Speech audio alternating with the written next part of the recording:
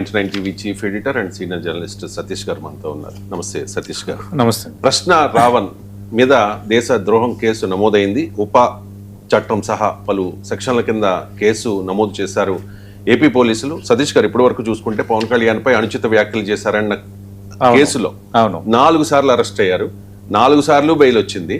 ఇది ఐదోసారి ఉపా చట్టం పెట్టారు, ఆయనకి రిమాండ్ కి విధించారు. ఈ నెల 18 వరకు ఆయన రిమాండ్ లో ఉండాలి. ఈ నేపథ్యంలో ఉపా చట్టం ఏంటి అని చెప్పి మళ్ళీ చర్చకు వస్తున్న పరిస్థితి.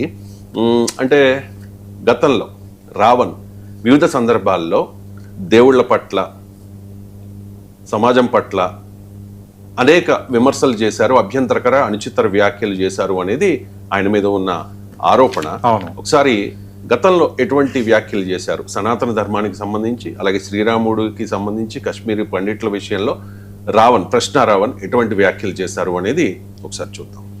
సనాతన ధర్మాన్ని ఒక్కొక్కసారి కొంతమంది ట్రోల్ చేస్తూ సన్నాతుల ధర్మం అని చెప్పని అంటారు. దాన్ని బూతు కింద కూడా వాడతారు. ఎక్కడో బంగ్లాదేశ్ లో పుట్టిన లేఖనా కొడుకులు హిందువులు లేని ఇష్యూ గురించి మాట్లాడి కాశ్మీరీ పండిట్స్ మానవహోమం చేశారు, ఓచకోత కోసారు అని చెప్పుకుంటూ మాట్లాడి కాశ్మీరీ ఫైల్స్ అని చెప్పుకోబడే ఒక దొంగ నెంబర్ని తీసుకొచ్చి బయటికి ఇంతమంది చనిపోయారని చెప్తే మన వీడియోలో కూడా చెప్పాం. 100 మంది కూడా చనిపోయిన వాళ్ళు గత 20 సంవత్సరాలుగా చూస్తే. మహాభారతం తీసుకొచ్చి ద్రౌపదిని చీరలాగారు, మన ఇతిహాసాలు చెప్పిన అని చెప్పరా నా కొడక, నువ్వు సొంత రాజ్యంలో తరిమించుకొని రాముడు అని చెప్పనంటే ఎలా ఉంటుంది? రాజ్యంలో పోండి అని చెప్పని తరిమించుకొని అడవిలో అడుక్కు తిని రామాయణంలో సీతను వదిలేసిన రాముడి గురించి నువ్వు చెప్పాలి, చేపించరా ఈ రోజు అగ్నిప్రవేశం చేపించరా నా ప్రకారం. సీతని వదిలేసిన రాముడిని ఆదర్శంగా తీసుకుని ఈ రోజు ఎంతమంది భర్తలు వాళ్ళ భార్యను అగ్నిప్రవేశం చేపిస్తారని చెప్పని రోడ్డు మీద అడగరా నా ప్రకారం. పూజారులు వాటాల కోసం, ఆ చందాలేసి ఆ డబ్బాల కోసం, చందాలు వేసుకునే డబ్బాల కోసం కొట్టుకొని వస్తున్నారు. అరే బ్రోకర్. సో హిందూ మతం మీద అనుచితంగా మాట్లాడారు, హిందువుల మనోభావాల్ని దెబ్బతీశారు అనేది ప్రధానంగా రాహుల్ మీద వస్తున్న ఆరోపణ.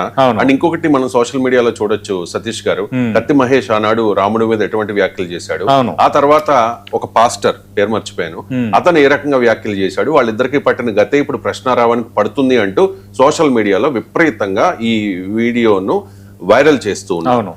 ఈ నేపథ్యంలో ఉపా చట్టం, UAPA చట్టం అంటే ఏంటి, అందులో ఏంటి, ఒకవేళ ఉపా చట్టం కింద అరెస్ట్ అయితే ఏంటి పరిస్థితి? అసలు చాలా మంది అంటూ ఉన్నారు సతీష్ గారు, మీరే చెప్పాలి, క్లారిటీ ఇవ్వాలి. అసలు బయటికి రాలేడు రావణ్ అంటూ ఉన్నారు, నిజమేనా? రైట్. అంటే ఇప్పుడు ఇది చట్ట వ్యతిరేక కార్యకలాపాల నిరోధక చట్టం 1967 ఉపా చట్టం. ఈ ఉపా చట్టంలో సెక్షన్ 13 అలాగే సెక్షన్ 39 కింద ఈయనపైన అభియోగాలు నమోదు చేశారు. ఈ అభియోగాలు నమోదు చేసిన నేపథ్యానికి రోడ్డు డెవలప్మెంట్ కార్పొరేషన్ డైరెక్టర్ ఉన్న గరికపాటి శివశంకర్ ఇచ్చిన ఫిర్యాదు ఆధారంగా పోలీసులు BNS యాక్ట్ మీద ఆల్రెడీ కేసులు నమోదయ్యాయి. మీరు ఇందాక ప్రస్తావించినట్టు ఆల్రెడీ ఆయన ఒక కేసు నుంచి బయటికి రావడం, మళ్ళీ ఇంకో కేసు రావడం, దీని మీద ఒక చర్చ జరుగుతుంది. కానీ ఇప్పుడు ఏంటంటే ఇది నాన్ బెయిలబుల్. అంతకు మించి అత్యంత కీలకమైనది ఏంటంటే దేశ సార్వభౌమాధికారానికి, భౌగోళిక సమగ్రతకు భంగం కలిగించే ఉగ్రవాద చర్యలని, దేశాన్ని విచ్ఛిన్నం చేసే కుట్రలను అణిచివేయడానికి కేంద్ర ప్రభుత్వం తెచ్చిన ఒక శక్తివంతమైన చట్టం ఇది. కొందరు ఇది క్రూరమైన చట్టం అంటారు, దీన్ని కొందరిపైన అనవసరంగా ప్రయోగించారంటారు, మరికొందరిని దారిలోకి తెచ్చుకోవడానికి ఉపయోగించే చట్టం అని చాలా మంది అంటారు. అయితే 2019లో ఈ చట్టానికి మరిన్ని సవరణలు చేయటం వల్ల ప్రభుత్వానికి మరింత పవర్ అయితే దీన్ని వచ్చింది. కేవలం కొన్ని సంస్థలను నిషేధించడమే కాదు, ఒక సాధారణ వ్యక్తిని కూడా ప్రభుత్వ ఉగ్రవాదిగా లేదా దేశద్రోహిగా ప్రకటించవచ్చు. ఇప్పుడు దేశద్రోహం తరహా కేసుని ఇప్పుడు ప్రశ్న రావణ్ పైన పెట్టారు. ఇక్కడ ఉపా చట్టం సంబంధించి ఆ సివియారిటీ ఏంటో మనం చెప్పాలి వీక్షకులకి.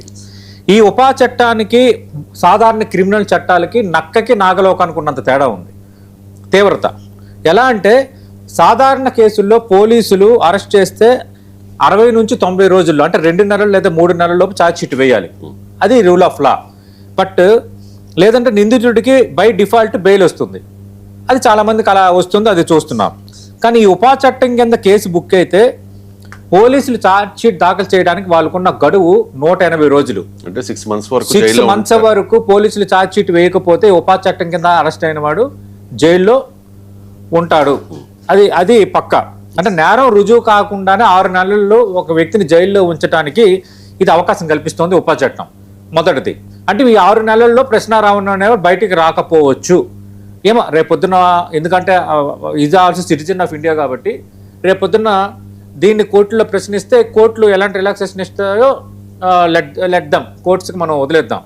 కానీ ఈ చట్టం ప్రకారం 6 నెలల వరకు ప్రశ్న రావణ్ బయటికి రాలేడు. Point number 1. నెంబర్ 2, ఈ చట్టంలో ఇంకో ఏముందంటే సెక్షన్ 43D of 5 ఉపా చట్టంలో దీంట్లో బెయిల్ రావటం అనేది దాదాపు అసాధ్యం. ప్రాథమికంగా నిందితుడు తప్పు చేశాడని నమ్మితే ఇక బెయిల్ పిటిషన్ రిజెక్ట్ అయినట్టే ఒకటి. రెండోది, సాధారణ చట్టాల ప్రకారం నేరం రుజువయ్యే వరకు నిందితుడు నిర్దోషే, అంతే కదా. ఇప్పుడు మిమ్మల్ని ఒక దీంట్లో అరెస్ట్ చేశారు, కానీ మీరు తప్పు చేశారని రేపొద్దున ప్రూవ్ చేయాలి, అప్పటి వరకు మీరు నిర్దోషిగానే పరిగణించబడతారు. కానీ ఈ ఉపా చట్టంలో సీన్ రివర్స్ ఉంటుంది. ఏంటి, బెయిల్ స్టేజ్లోనే నిందితుడే తాను నిర్దోషినని కోర్టుకి నిరూపించుకోవాలి, ప్రశ్నారావు నిరూపించుకోవాలి. ఇప్పుడు